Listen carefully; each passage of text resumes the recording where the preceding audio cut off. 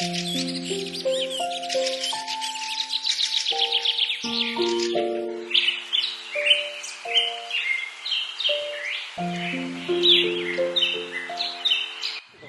of mushrooms is in the fall. What kind of bird is that? So that will not be a focus today, but we'll probably see some. Okay, so shall we? Yeah, you guys are very lucky to have them here. I mean, the only place, 20 years ago, there were none nesting in Toronto. The nearest nest was like on the prairie. Almost all of them would winter on the Atlantic coast, but they would nest on the prairies. And then fairly recently, they've taken up nesting in Sam Smith area and here. But there's another else. It seems to spread the fastest. Although there is another thing in here called autumn olive that's spreading very fast as well as your Asian honeysuckle. So there's not a lot to distinguish it. It says buckthorn, so you look for thorns. They're hard to find because they're very short, but they're sort of at the end of each twig. There's a little tiny thorn.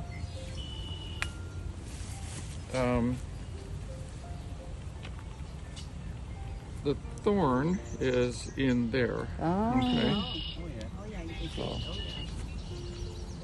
So it's not a very long thorn. In order to distinguish it from other plants, you look for leaves that have curve where the veins curve around to the end.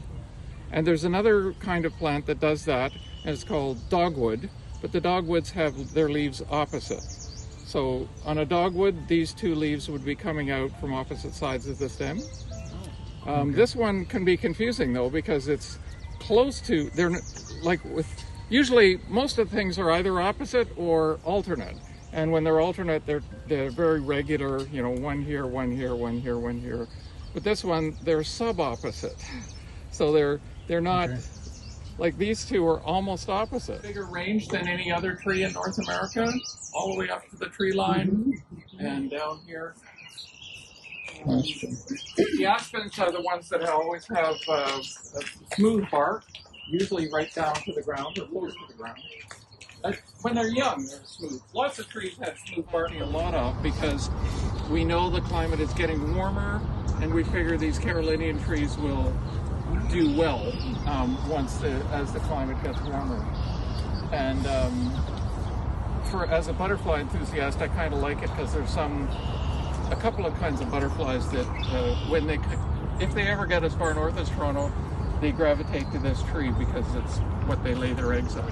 You can tell apart because it has hairs on the bottom of the leaf, but anyway. These are going to be nice flowers that are open very soon.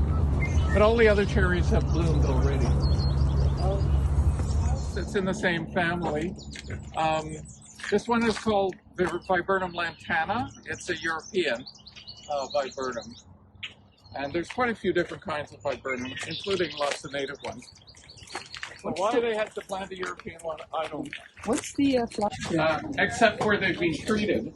But the young trees seem to be okay for quite a while before they get infected and then die. So these don't look like they've been treated. If they're treated, they would have green paint on them or a green tag or something. Like a virus or insect or what is it? It's a borer. It's a tree borer. Well, it's a beetle, but it's the grub of the beetle that burrows it goes in and then it burrows through the. So it does it from the inside out. Yeah, it's just under the bark is where is the.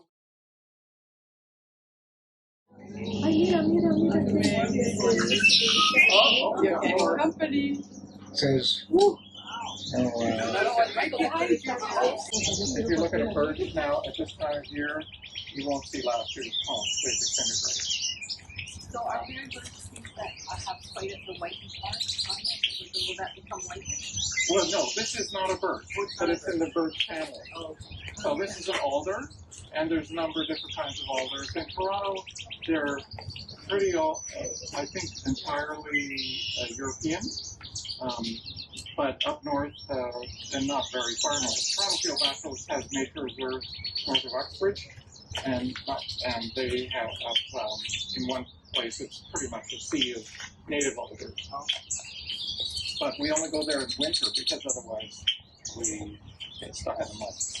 These are very easy to take off. So how we're controlling burdock is just by grabbing all the seeds and putting them in the garbage.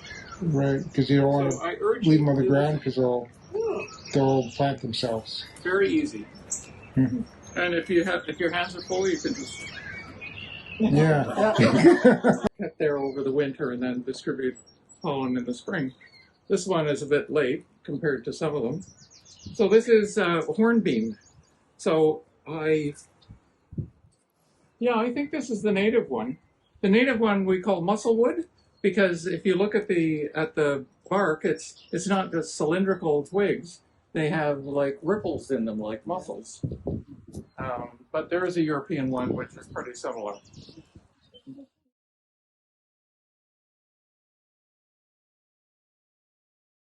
Pears and apples are extremely closely related. Flowers look very, very similar. Pear flowers, there's two kinds of pears. There's common pear and there's calorie pear, which is a little tiny decorative. It's only planted for decoration, because the fruits are tiny. I don't know which one this is, but if you look at the bark there, it's like little squares in the bark, whereas an apple tree will tend to have much bigger plates in the bark, even though they're very closely related. I can tell that's a pear tree. Pears are also more often vertical, where apple trees tend to be round. Right.